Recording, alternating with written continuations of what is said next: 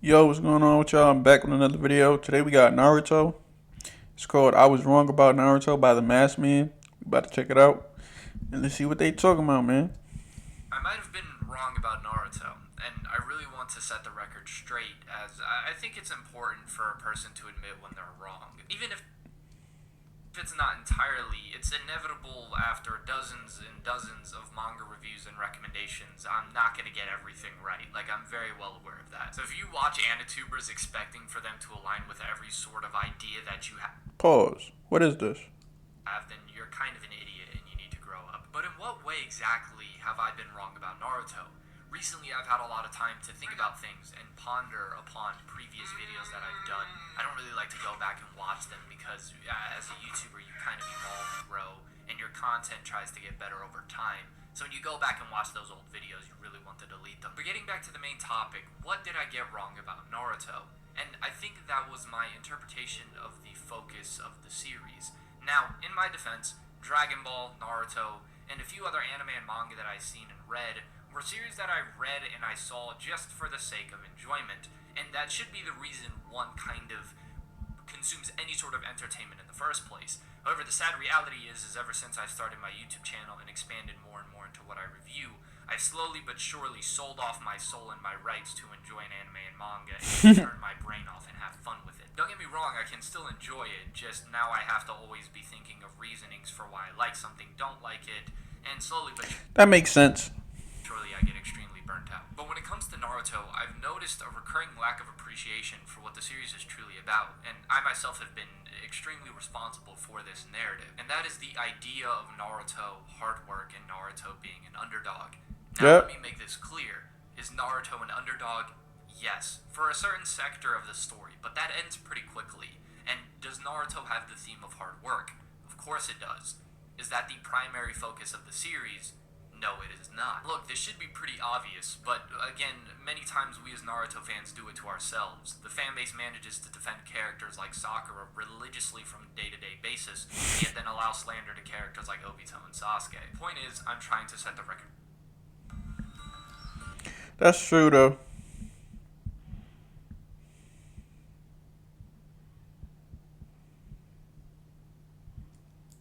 straight. And if you don't somehow believe me, let me take you to the most important and impactful moments throughout the entire series. Naruto versus Gaara. What is the main theme about that? Overcoming hatred. Naruto versus pain.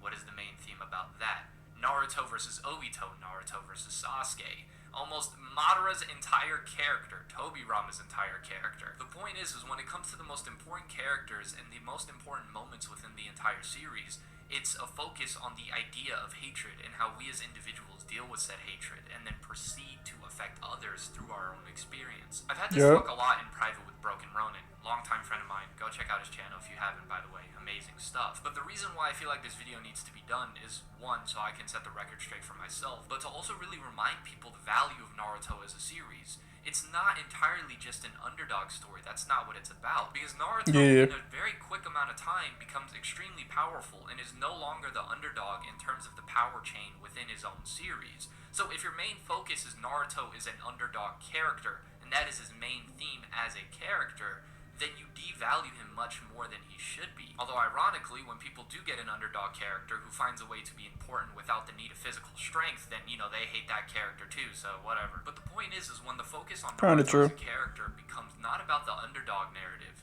but a character who is able to stand amidst all of the hatred that he has, is incredibly inspiring and beautiful, and I think is more applicable to the world as we continue to move on. Think about every character Naruto parallels. Look at Gaara, look at Pain, look at Sasuke, look at Obito, and look at Naruto himself. These are all characters that have every right in the world to harbor hatred, and to want to release that hatred onto others.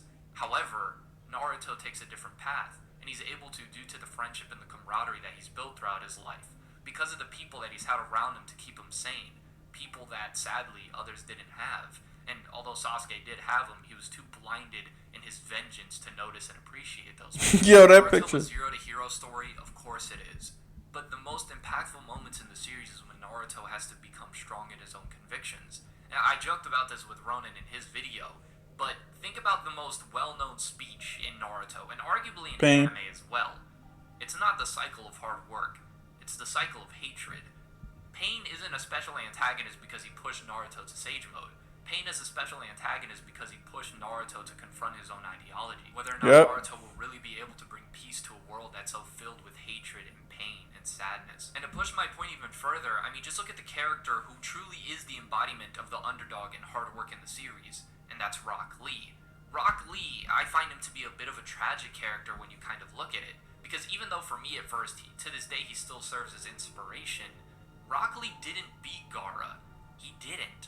But yet the inspiring thing about Rock Lee isn't that hard work will always overcome everything, but it's that hard work will take you so much farther than what you originally could have done. There's lots of different worldviews in terms of the idea of talent, so I won't really get into that because the point of the video isn't really to talk about the ideology of hard work, but it's not to prove the point further that even though that is a theme in Naruto, it is not the main and central theme. Let me give a quick analogy. It might not be the best one, but I'll try to do my best. So imagine if you have an action story, and the action story has components of romance. The main focus of the story is the action, not the romance. But if the audience were to look at this story and give it the main focus for its romantic aspects, then they would clearly be missing the point of the entire series, and they would value it a lot less, because the romance isn't what the author was meant to bring the focus on in the first place. It isn't the object of the author's attention in which he delves the entire character's themes and every action of the character around the romance. He did it around the action, right? Again, it might not be the best analogy, but hopefully you understand the point that I'm trying to get at. I think by looking at Naruto as this underdog story of the zero to hero and looking at as the primary focus, you lose the real beauty of not only Naruto as the main character, but every relationship he has with every antagonist. I think looking at Naruto for what it truly is allowing us to appreciate characters like Sasuke a lot more, like Gaara, like Obito, like Madara, like Pain, even more than we might have already done. When it comes to almost every antagonist in the series of Naruto, their actions is based off of how they cope with the hatred and the pain that this world brings. And every one of them reached a breaking point of some sorts. And it's not just one singular event. If you notice with all these characters, yes, and I'm mainly talking about Obito because of how misunderstood he can be, but it's all really these events that slowly and surely stack on top of each other until eventually they reach their own breaking point. Now, to make my point even more clear, that doesn't mean I don't have my issues with Naruto, because I do. But at this point, I've seen so many people misinterpret the main point of the series that I felt like this video was a little bit necessary, especially in today's world with the theme and the topic of how we deal with hatred, how we continue the cycle of hatred. It's very easy and disheartening to look at everything that happens in the world and to get really demotivated at the thought of it. And it's even more interesting when then you start looking at the aspect of communities and fandoms. I mean, it's kind of like the whole K-pop thing, right? I'm pretty sure their music's meant to be super uber positive, but yet every time I blink, Too Mad is getting some sort of death threat from a Jim and Jungle Book stan, or whatever the hell his name is. The point is just like with the characters in Naruto, in real life it's difficult to kind of wrap your mind around the hatred that exists in the world. And an even harder concept that I think a lot of the antagonists reach as well is that they're just as responsible for it. As much as I complain and dislike a lot of the things about the anime and manga community, the harsh reality is there's many times I look at myself and I go, wait a minute, you're just as responsible sometimes as the people you dislike. It's a hard truth to accept that you're doing things wrong. And to me, that's why Naruto has become even more special as a character. He has every right in his world to hate everything. He has every right, yet he chooses not to.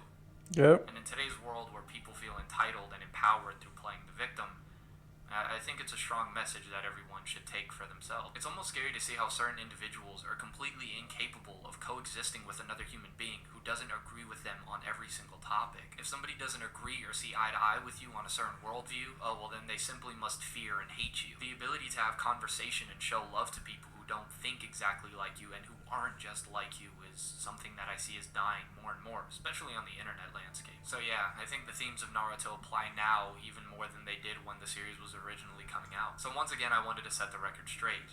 Naruto is not a story about an underdog. It never was.